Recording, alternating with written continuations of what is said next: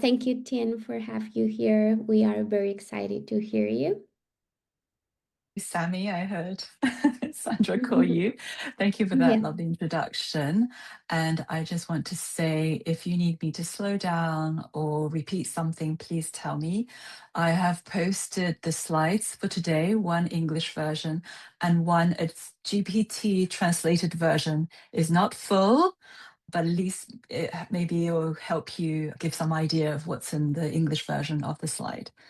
So you can download it hopefully from the chat. And can I share slides? Oh, yeah, I can. Send request. Cool. Let me start by sharing my slide. I presume you can all see this now without a problem. If you need me to stop or ask questions, just put a emoji hand. I want to make it interactive, so please put it into chat. Any question you want. I'm sure Sandra and Sami can monitor the chat and let me know when I pause for questions. So good morning. I know it's your morning, it's afternoon for me. So all of you just came. Maybe it's a bit of a rush. I'm hoping you're all comfortable. But just for a moment, notice the energy you're bringing into this moment. So take a moment, take a breath. I know we're a few minutes behind, but don't worry. If you need to rush off. I'm happy to stay for an hour. So just notice your energy. Notice what you're bringing into this space already. And just have an appreciation that you are the antecedent in your time and your moment right now. And whatever energy you're bringing in may influence how you receive this workshop. Okay. So as we're arriving, just notice, what is it that you want to get out of today?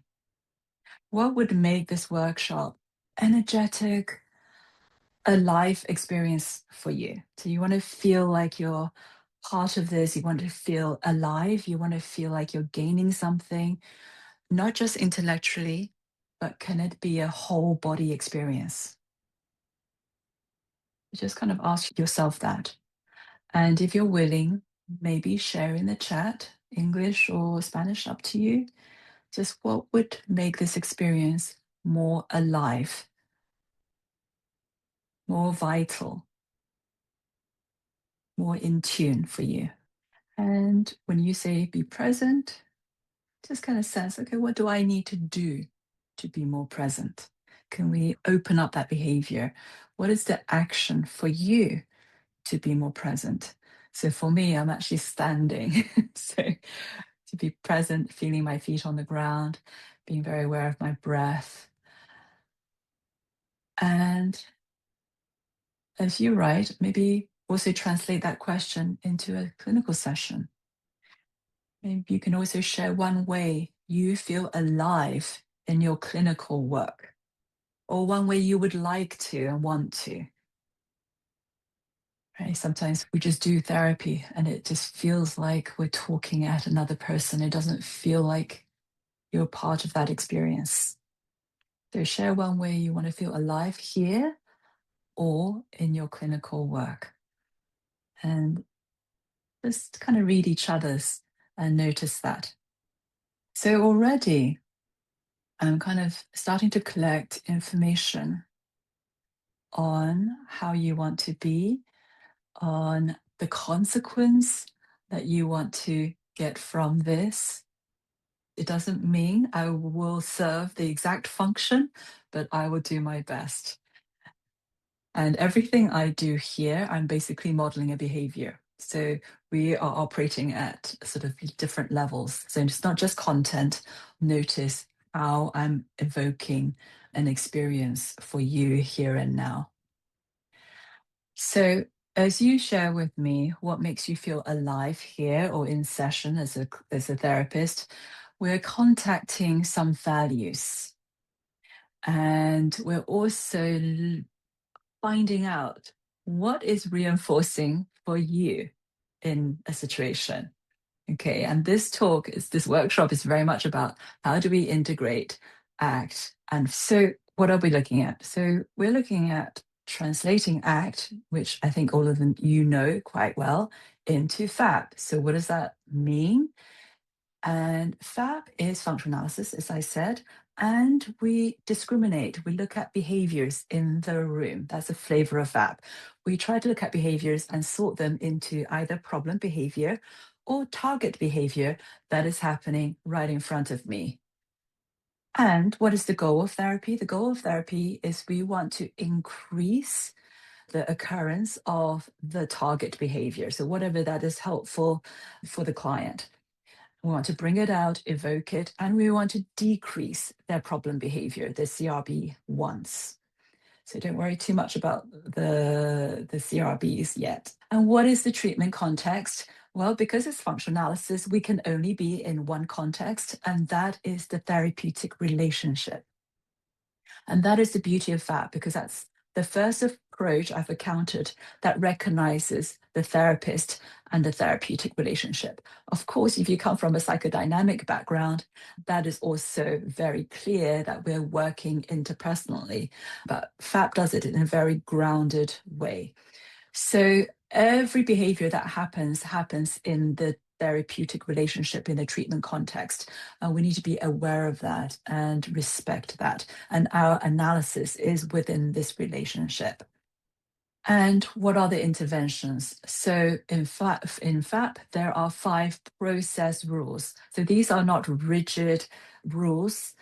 It's based on process. So it looks at what is passing between me and my client interpersonally. And that can look in many different ways, depending on many different people.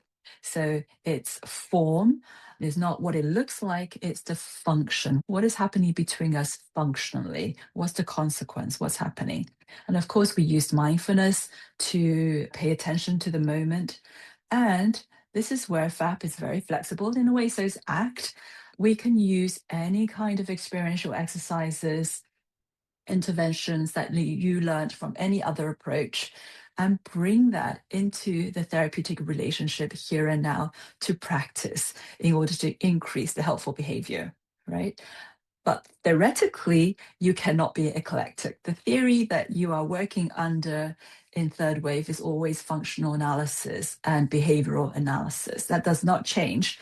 But because you have a really good formulation, you have a really good conceptualization, and you know the behavior you want to bring out, anything goes. If you have to get your client to jump up and down on the spot to get some energy up, you can do it if it fits into their formulation of getting them to sense their body.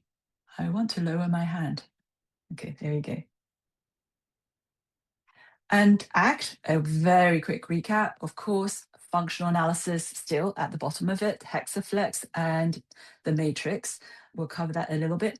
And psychological flexibility is the goal of therapy. What's the treatment focus? It's intrapersonal. So what that means is it's about what is happening inside me as a person, and it's about my behavior as a person, right? Described as me as a human being. Whereas FAP describes the relating, ACT describe me, how I relate to myself, and also how I relate to the environment, but less so. And we're trying to increase approach behavior, go towards our values, and values reinforce our behavior. And of course, we want to decrease avoidance. So the treatment target is a little bit more spelled out, whereas for FAP, it's a little bit harder because CRB 1s and 2s can be anything, right? It depends on the context. Common interventions are mindfulness, cognitive diffusion, experiential practices. Again, similar to FAP, anything goes that can increase psychological flexibility, behavioral flexibility, and also anything that can increase experiential exposure to uncomfortable feelings. And of course, we use a lot of metaphors. We use metaphors in session to help clients understand their formulation. So right now, you could say, in order for me to access a sense of confidence and groundedness, I can just imagine myself being a tree. My feet is rooted on the ground, and my arms are strong trunks, and I'm kind of swaying, and I am soaking up the energy and the light from your attention and the room. And that helps me connect with how I want to deliver this training.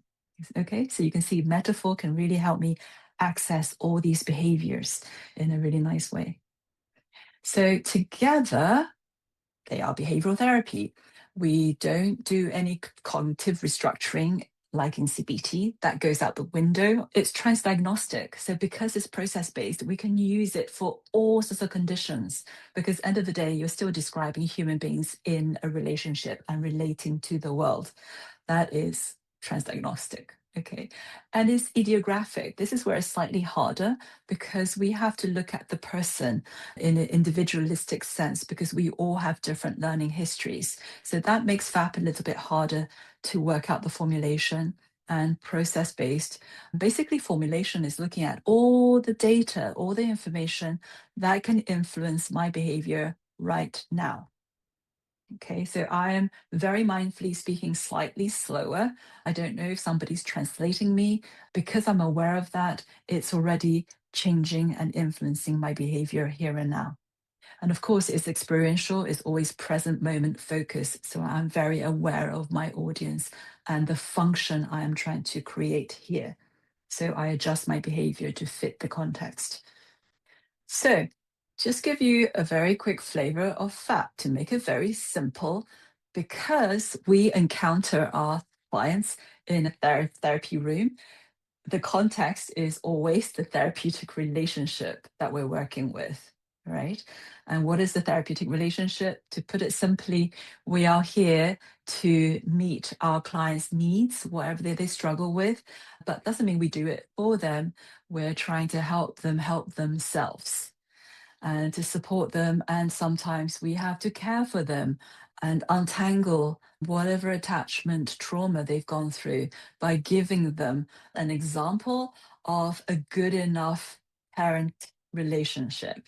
Right. So this is where attachment theory would be useful. And if you don't have attachment theory background, go and learn about attachment theory, because ultimately we're good enough parents, which means sometimes we're a bit crap and we don't want to be the perfect therapist, because none of us are surrounded by perfect people in our lives.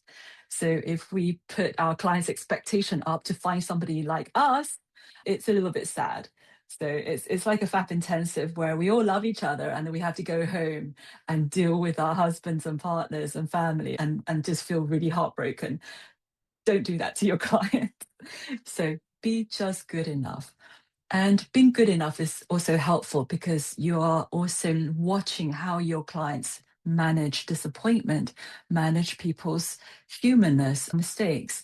All of that is important in a relationship. Okay, so we work in session in the here and now. It's all about here and now, and it's experiential and intensive. It's intensive because it's here and now. I'm always highlighting my behavior and my relationship with you. And we don't really do that socially. It's like, I don't tell my friend, I'm really sorry, but when you say that, it really pissed me off in such a direct way. I just don't do that. I'm a little bit more shy in my social relationship, to be perfectly honest. And if I do that all the time, I think I might put off my friends and family, because it's too intensive and too confrontational all the time, right? We can do it sometimes, but we've got to balance it. And of course, therapy is a safe space to practice new behaviors. The function of us being in the here and now and open and honest with our clients is we're giving them a space where all the behaviors show up and we get to play with that new behavior. It's a playground, it's a behavioral playground, like children. We try different ways of doing things. And if it works, go out there, let's try it in our world. Okay. So this is why we want the behavior to be here and now, but to be here and now is confronting. And it requires some emotional regulation from the therapist. So here we have the 5 rules of FAP. So if you're not familiar with FAP, this is the process. So we're constantly looking at our environment, our context, what is happening here and now. So I check in on the faces that I can see occasionally. just to get a sense of my connection with you. All right. And if there's anything I need to notice, then I guess I could ask Sammy and Sandra, is there anything that I need to be aware of, or does anybody have any questions right now? Okay, so if there are, put your hand up and just let me know. So I'm staying aware of my environment. And what's the next one? Evoke. So by asking a question, I'm basically evoking a behavior from you. Okay, so I'm checking in. I evoked and I got Sammy shook her head. It's like, no, all good, fine. And I really appreciate that I've got other people in the group keeping an eye on the situation for me. And this is me reinforcing their behavior. So whenever we bring out a target behavior, for in this context, might be sort of just Sammy collaborating and keeping an eye on other people in the group for me. And when she does help, I would want to say thank you. And when I say thank you, hopefully that will increase her awareness behavior of the rest of the group and let me know as we go along. Okay, so whenever we got target behavior, we want to reinforce it. And reinforcement is not just to say, yeah, that's great, that's really courageous of you, that's wonderful. There's lots of different forms of reinforcement. It's validation. This must be really hard for you. Thank you, all of you, for being here bright and early, first thing in the morning, sitting here in your learning mode, right? It's not easy for everyone to be able to come here and do this. I'm reinforcing your experience there and validating maybe how hard it is for some of you. And that allows us to be seen, and we're more likely to open up and be more honest the next time, or to show up at a workshop next time if it's rewarding and reinforcing for you. Okay. The fourth process rule is really amazing. It's noticing my impact. So I can reinforce and say, that's great. I'm really glad to see you do that. It's really helpful when you nod, when you understand something. But it doesn't mean you receive my reinforcement, right? You might think, oh my God, really? Nod? Is that your standard? That's a little bit too low, maybe a little bit patronizing, you know? So you might push away that reinforcement so it didn't land. So then my evoke and my reinforcement is basically useless if it didn't land. So I need to check the impact of everything I do. And again, it feeds back into awareness. So awareness of my impact. Also awareness of my learning history, because it's a bit quantum. We're in the room with a client, we're bringing our reality into the room. So what we see is what we see. We can never see from the client's skin. We can only see what we see, and everything is filtered through our learning history. So when you go through FAP training, a really important part of training is experiential. We have to understand how our behavior is influenced by our learning history, how we interpret information, so we can correct that bias, right? Because there is a bias, there's a filter. It doesn't mean you have to be perfect. It doesn't mean your lens is clean. It will never be clean, but at least we know what is dirty and what we need to compensate for. Okay, so my learning history is very sort of critical, tough, and I have this motivation that I think, right, I need to give you all the information. I have to adjust for this by holding back. Like, take it easy, Tien. It's all right. Just trust people will take in what they take in, and pace yourself. I only have an hour. It's not going to be Himalayas. I'm going to not create that Himalayan amount of knowledge in 1 hour. It's okay. So you can see then I adjust my behavior according to my context. And the last piece is interpret and generalize. Now, this in a way is quite RFT, because I do that generally. You can do that in between. When you evoke a behavior, you want the client to be able to repeat it in their outside world. Because if they only do that with you, that is actually slightly dangerous, because you are creating a unique, special relationship with the client. And then you end up with lots of boundary issues, right? Because it's not going to help them. because then they will say, you're the only person I can do this with. You're the only person I can talk to. And, if they end up falling in love with you, or if they start to need you and depend on you, then we have an ethical issue here. Okay. And then I would worry about the power imbalance, because then they become much more influential, open to your influence. And that's also not helpful. So we need to make sure the client is generalizing their behavior outside into their daily life. They have lots of other people that they are actually building a healthy relationship with.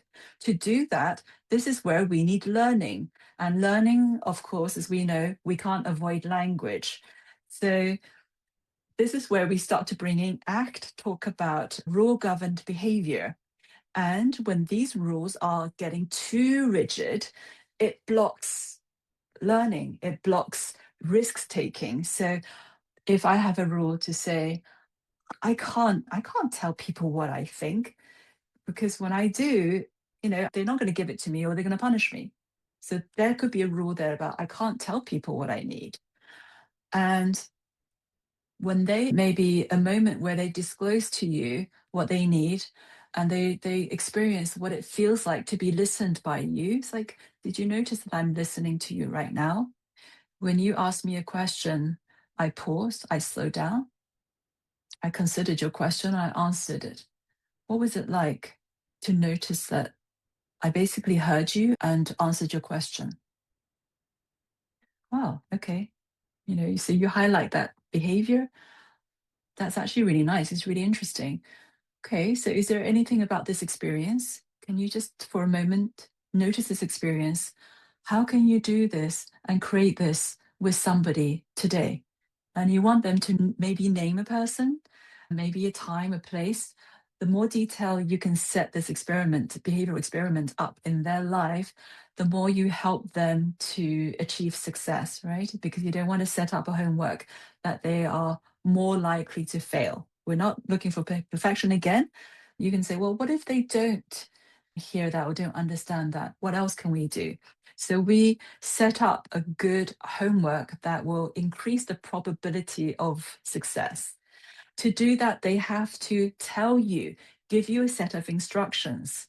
That's new rule-governed behavior, right? They're creating a set of new rule-governed behavior that they can take outside the room and follow. And that's the generalization piece. So the interpret is not the psychodynamic version of interpret. No, it's not symbolic interpretation. It's literally coming up with a set of instructions, new rules that they can take outside the room and follow, and maybe have that rule in the back of their head. And then when they come back next week, always check in. How did it go? Did it work? Did it not work? So you can again do another functional analysis to help open that up. Okay, so just going back, awareness. What in the world are we looking for, right? This is where FAP is a little bit hard. We want them to look for clinically relevant behaviors. So that is a behavioral term to say behavior in the room. And that is the unit of analysis in FAP, is we look at the behavior, the interaction in the room. And it's not just client behavior, we're also looking at our behavior. It's quite complicated. We're looking at their behavior, what am I doing, my impact, and also the interrelationship, the relating, what's being passed back and forth. And sometimes it feels kind of energetic, right? I'm not going so mad now. I think there is something energetic. So what is the energy in the room? Am I feeling tight? Is my chest tight? Am I mirroring the client's nonverbal behavior? We have to be aware of all of that as clinically relevant behaviors. And then when we notice, we have to sort it into classes of behavior. What is going on? What is the function here? They are telling me what's happening to them last week, but they're really, really tense. What do I pay attention to? The content or the fact that they're sitting with me right now, really, really tense? All right. So that's always sort of your formulation, your dilemma. Where do you pay attention to? So let's just open it up. So as I talked about, there's CRB1 and there's CRB2. CRB1 is problem behavior. There are daily life problems that show up in session with the therapist. They're behaviors that block or keep a client stuck. And they're typically under aversive control. So they're normally, fear-based, deprivation or avoidance based. And what does the therapist do? We have to block that. So we don't give that attention. And because we're trying to achieve extinction, so we reduce the behavior. So we don't generally block CRB1s. CRB2s are improvement behaviors. They move the client towards a goal or a value that show up in session with you. Generally, these values are connection-based, pro-social, and they are reinforced by the therapist in the moment when you see it. Okay. So just checking in. Am I going too fast or okay for you, Sammy? A little bit slower. Okay. Thank you. So awareness checking in, and you've just shaped my behavior. Okay. So how do we know what's a CRB1 and what is a CRB2? So what's a problem behavior? What's a helpful behavior in the moment? Of course, it's always the context, right? So maybe let's play a little bit game. For you, each one of you, what would be a problem behavior in this context? All right. What would, and also consequence. When you do something, is it, what are you reinforcing? And, or are you going towards something or are you running away from something? Okay. So maybe think about that. And if you want, does anybody want to speak out loud and share or share in the chat? Yes, I can repeat the question.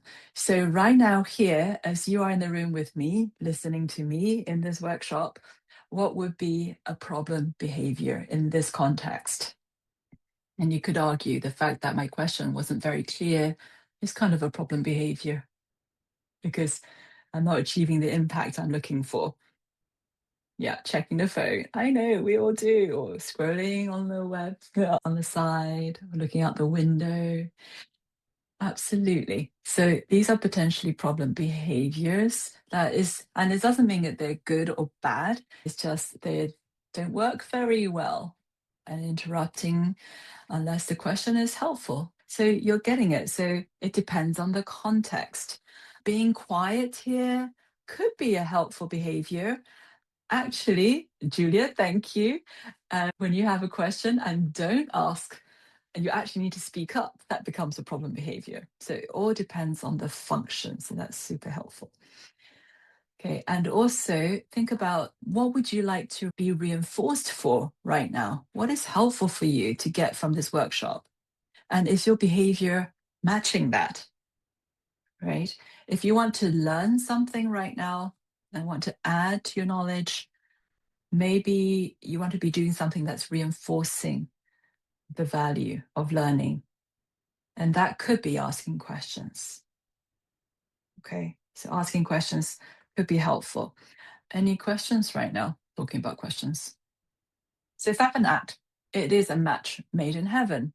In a way, as you might have heard from many ACT practitioners, you really shouldn't do ACT as a technique because ACT is always a functional analysis, and ultimately, doing ACT in the present moment is how it should be done. And to be honest, a lot of ACT practitioners are now teaching FAPy ACT, but they never mention FAP. But that's just politics. So we can target a hexaflex process through logical FAP interactions. I don't need to reinvent FAP already take care of what we need to do in session. And it allows for a full, robust functional analysis that includes intrapersonal, so the information ACT gives us about being a healthy, functional human being, and interpersonal. So FAP, especially with relational classes, so FIAT-Q is interesting. It gives you 5 functional classes of interaction. So can we resolve conflict? Is our emotional expression helpful and functional? Can we disclose information to another person? Is there feedback, giving feedback, receiving feedback? So all of these interpersonal behaviors we can look at and sort as helpful behavior or not helpful. So the questions we ask in ACT are generally soft evokes. The questions that we ask in FAP are hard evokes. So what does that mean? So don't get too overwhelmed. Just look at one side, soft evoke. So soft evoke is something you already do. All of us do as really skilled therapists, even just beginner therapists, we do that, right? So we direct the client's attention to their experience outside of the session. So they come, they talk to us about their day. Where were you? Where are you going? What happened? How did they respond? These kind of content questions. Okay, but they are useful because they give you a sense of the context. And we can also direct attention to their internal experience inside their skin. What are you feeling right now? What are you thinking right now? Where do you feel that? Okay, and then they answer.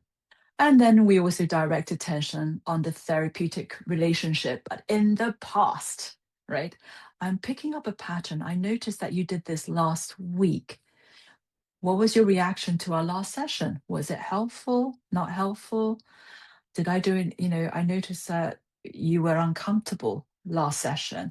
What was that about? So it does talk about the therapeutic relationship, but it's not in the here and now. Okay. Or you could say, how would you want our relationship to be in the future?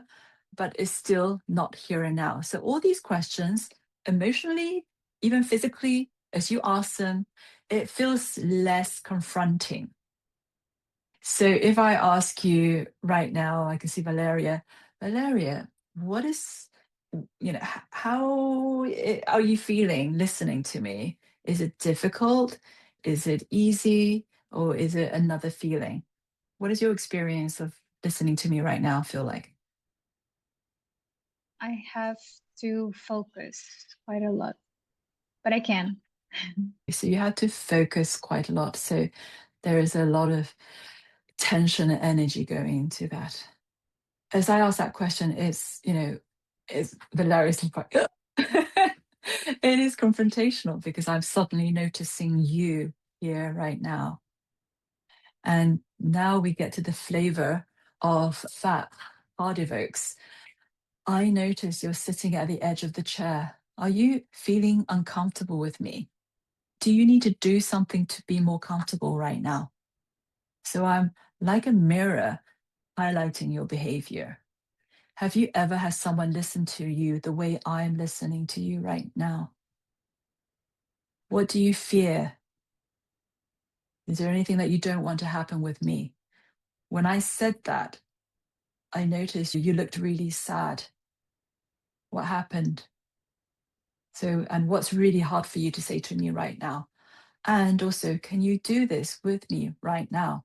Not any other moment in time, right now. Now, why is this important? Where does FAP focus on right now? Anybody want to answer that question? So who wants to take the risk and speak up? Okay, so in the interest of time, because of reinforcement theory, because we want, if the behavior can happen in the room, we get to reinforce it here and now. And you're more likely to reinforce the correct behavior than another behavior, right? Remember, functional analysis is not just one moment. It's like taking a photograph. It's that moment in time. And if you miss that moment, the behavior has already moved on. It's like a stream constantly moving. And it's really hard how, it's like children, wait till your father gets home and he's going to tell you off. By the time you get home and tell your child off, the moment has gone. And the only experience your child has is you basically being horrible, screaming at them. And it's not about that moment anymore, right? They are just being attacked. So looking and shaping our behavior in the here and now is the most accurate way we can catch a moment and change the behavior. So to quickly go through that, so Hexaflex, hopefully you're familiar with it. How do we translate ACT processes into the present moment? So what is open? So on one side is, of course, the acceptance and diffusion side is about being open to experiences, be willing to experience difficult thoughts, non-judgmental, and allowing objectivity, observation in. So it's kind of a very sort of mindful process, right? This is where mindfulness is really, really important. Of course, middle is again being present, mindful, and that is very much a process. So in a way, FAP encompasses, holds awareness already in its technique. And if we are present and we're observing the situation, we're constantly taking perspective as self in context, self as context. I'm behaving here and now in this context, and I'm being aware of that, right? I'm not my failure. I'm not only a therapist. I am just being a therapist in this context, experiencing you. And of course, here is committed action. So, what are the values? And of course, values define purpose and direction. And values are also verbal reinforcers, right? When we have a value, it gives us a verbal target to go towards. And this is our crazy ability to work with language. I am here giving you my time because it's a value for me to teach now, because when I teach I'm also learning, and when I teach I meet people. So all these values are present, and this makes me want to prepare. This makes me want to overcome tiredness, maybe anxiety, maybe I'm not good enough in my head, and still do this. So I'm using these values as verbal reinforcers to show up. And of course, showing up is me doing this with you right now. Okay, so how do we bring it into this room? We can use the hexaflex as a shortcut to help us organize CRB 1s and 2s. So we know the flip side of hexaflex is non-acceptance. Is the client really stuck? They are really fused by their negative thoughts. They are not present. They're constantly time traveling, going to the past or the future, and they maybe don't have very clear values or clear idea of what reinforces them, right? They're a little bit lost, or they don't have the reinforcers in their environment here and now. And also, if it's very aversive, they're not going to take risks because risks just become riskier and more painful. I'm not going to take risks if I can't see the good of taking that risk. So they are constantly moving away from aversive environments, running away, avoiding, rather than taking steps. Okay, so you can see the opposite of that gives you the CRB1, and this is the CRB2 here.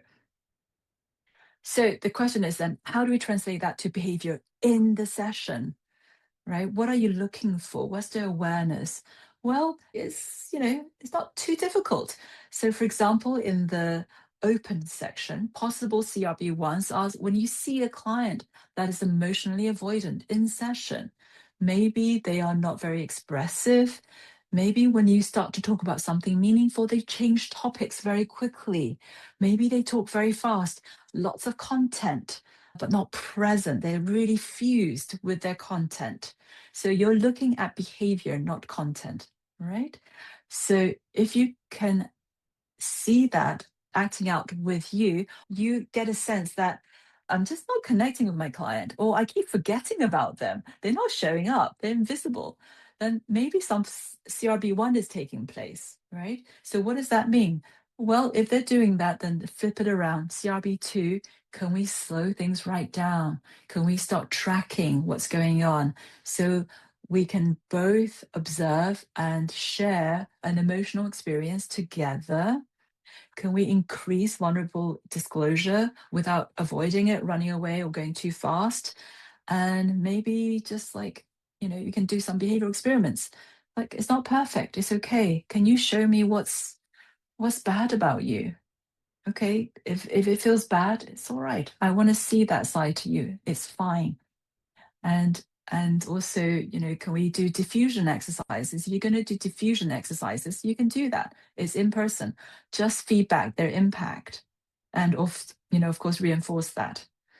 Okay, so does that make sense?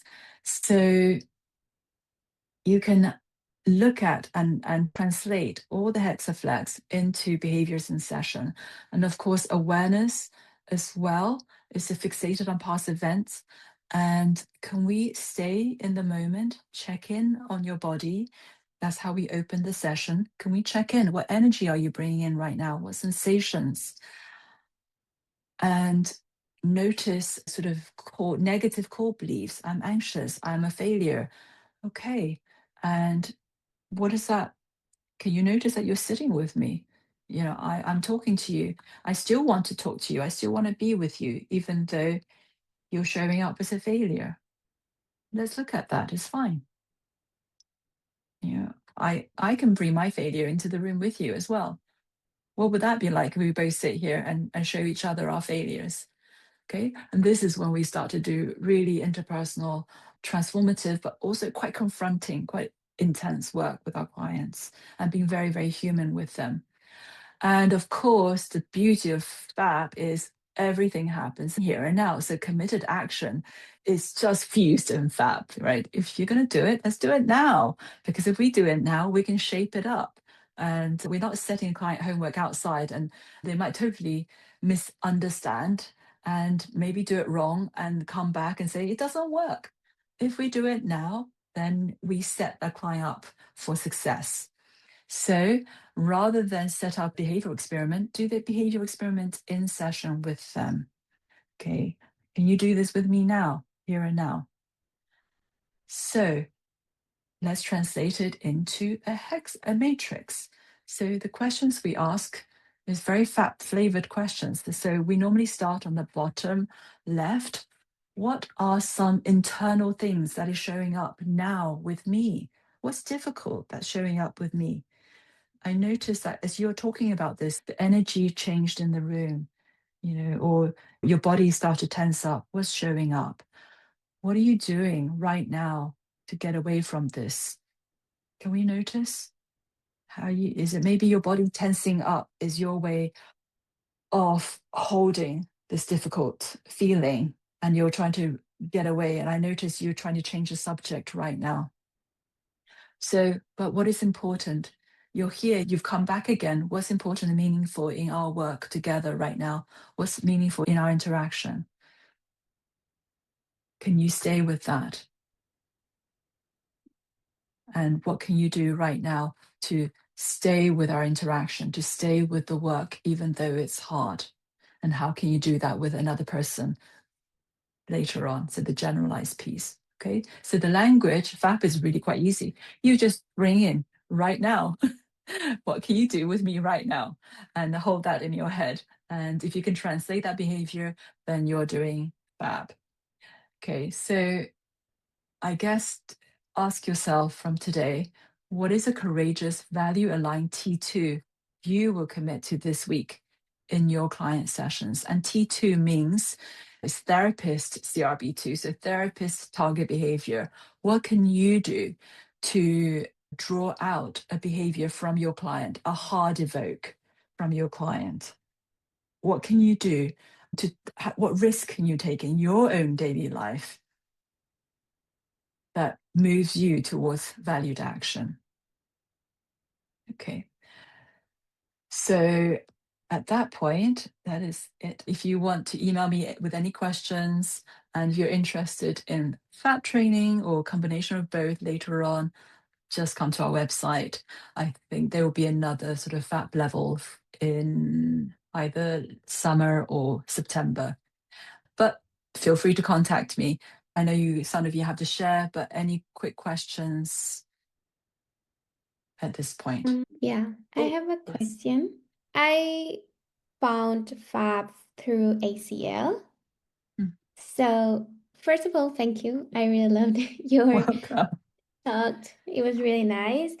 Also, I found FAB through ACL. So, I've been in ACL for a while. I really love ACL, and I really Yeah. loved that you put awareness, courage, and love in the FAB rule Mhm. because I have heard mixed opinions about Mhm. that words. So Yeah. my questions would be like, would you use like these maybe ACL protocols in therapy with clients? How would you use it? Like, how would you adapt it, ACL to a therapeutic process? Okay. So ACL, the collective group, as you know, is very creative, right? You have these kind of guided questions that try to Yeah. evoke experiences from clients. Awareness, courage, love is kind of Mavis's way of translating technical language for the general public. And when we are teaching FAP, so there's 2 levels. When we're teaching FAP, I don't teach ACL.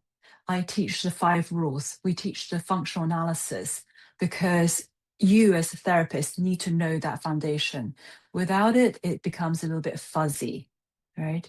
So that's one level. So learn the 5 rules, not whatever ACL is. ACL is the user interface.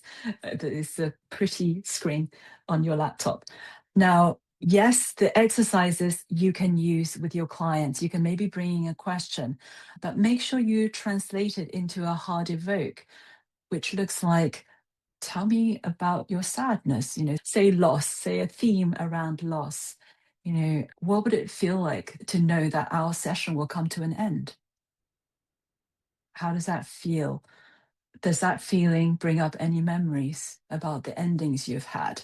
So you start from the present moment and you track that back into the learning experience. And of course, while they're talking to you or replying, you're looking at their behavior. You're looking at their emotional expression. Is that functional? You're looking at how they talk about it. Oh, everything's going to end. None of my relationships stay. If they say that, it gives you, if you do your functional analysis, you can see they seem to come from a position of deprivation, right? Something's always being taken away. I'm always deprived. That's the world they live in. That's the eyes they see through. And your functional analysis will tell you, oh, okay, if they constantly see what they don't have, are they going to notice what they have? So, and then you want to change their perspective again. Okay, but what I notice that, you're always looking at what's going to end.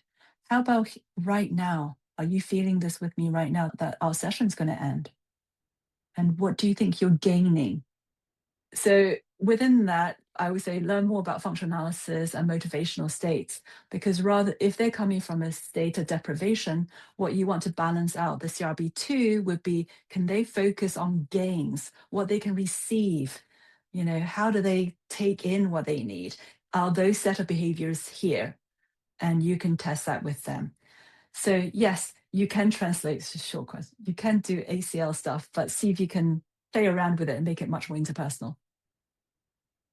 Thank you. Okay, Julia, nice to see you.